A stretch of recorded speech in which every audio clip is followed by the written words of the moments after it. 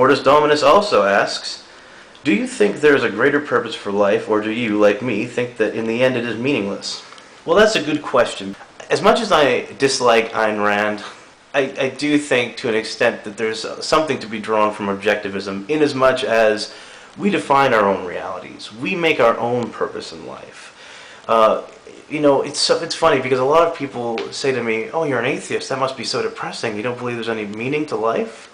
And it's quite the opposite. It's very freeing for me. It's very uplifting. I make my own meaning. I provide the meaning in my life. I decide what my life is for. I decide the purpose. I decide my goals. I don't have to answer to anyone but myself in the end. And that's very, very, very powerful. That feeling to know that you are, to whatever limited extent, in control of your life. And however small my impact upon this world will be, to whatever extent, I am in control of that. I can't control what happens to me, but I can control how I respond to the situations that I'm put in. I can control my attitude to a certain extent. Obviously, brain chemistry plays a role, but, But yeah, we provide our own meaning. So it's not that there is no meaning. There's no set meaning.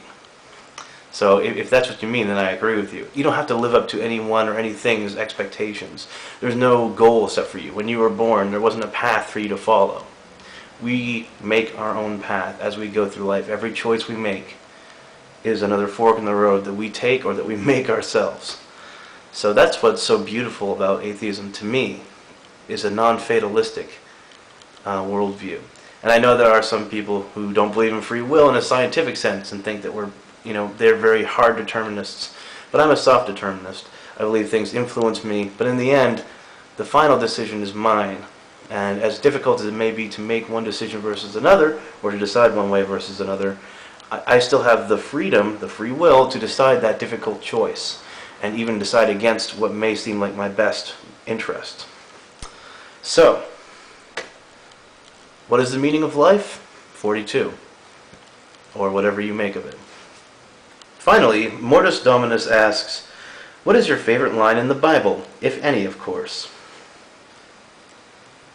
First book of Corinthians, chapter 13, verse 11.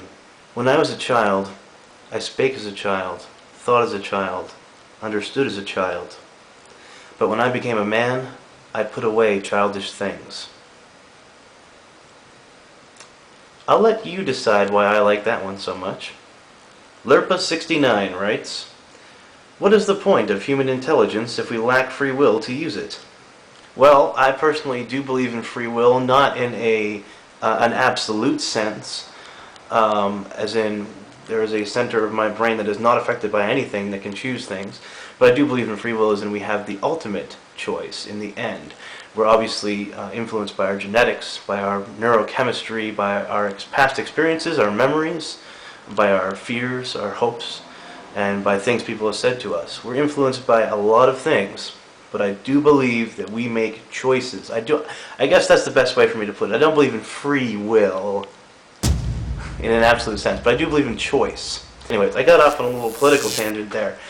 What's the point of free will? Oh, sorry. What was your question again? Oh yeah, what was the point of human intelligence if we lack the free will to use it? Well, I believe in free will, so kind of a moot point for me because I think we do have free will, again, in a limited sense, not in the absolute sense. I'll play devil's advocate. I'll play the sophist here.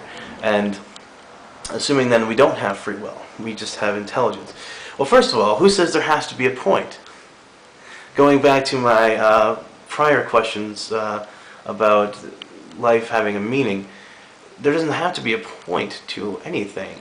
A point would assume forethought, and evolution does not think. So when it creates things, evolution isn't planning anything.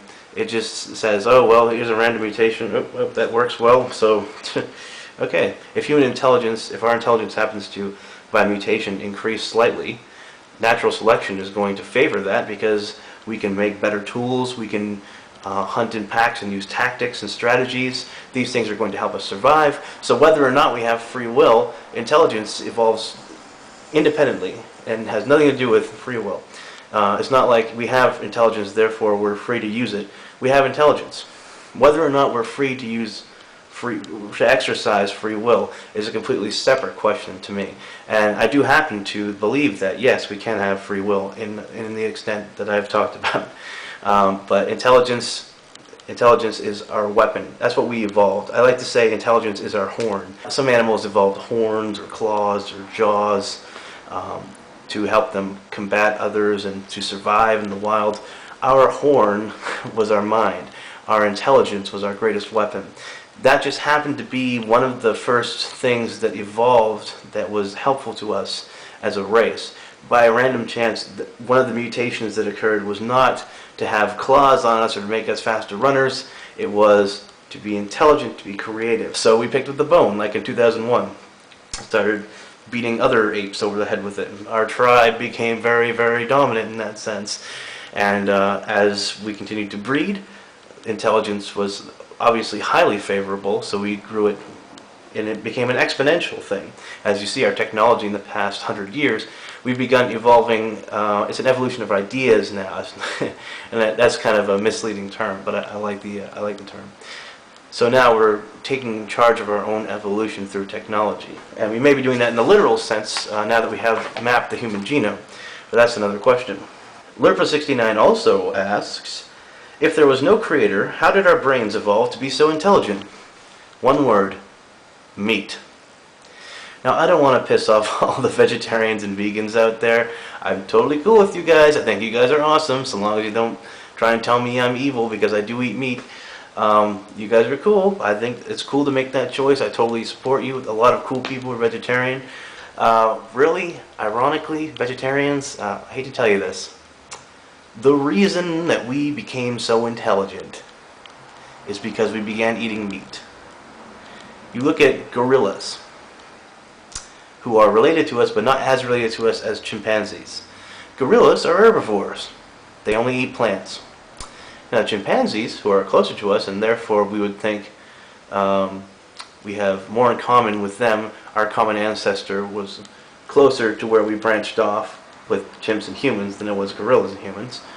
They're omnivorous like us, and they're much more intelligent than gorillas. Now we're more intelligent than chimpanzees, but predators, typically speaking, have larger brains than herbivores. Why? Because predators have to be smart. They have to hunt moving targets. A plant, unless you're a slime mold, in that case you're still moving really slowly, cannot run away. A plant cannot hide. It doesn't take much brains to eat plants. If you want to chase something down and kill it, you've got to be smart. Predators, hence, are selected by nature to be intelligent, to work in packs, to communicate.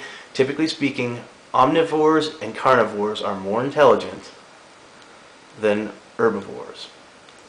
The reason we're able to sit around today and have all this intelligent discussion about is it ethical to eat animals or not is possible because we began eating meat. In other words, you wouldn't be able to sit here and agonize over whether or not it's okay to eat meat if we hadn't started eating meat in the first place. Us eating meat was what made us capable of making these kind of moral decisions.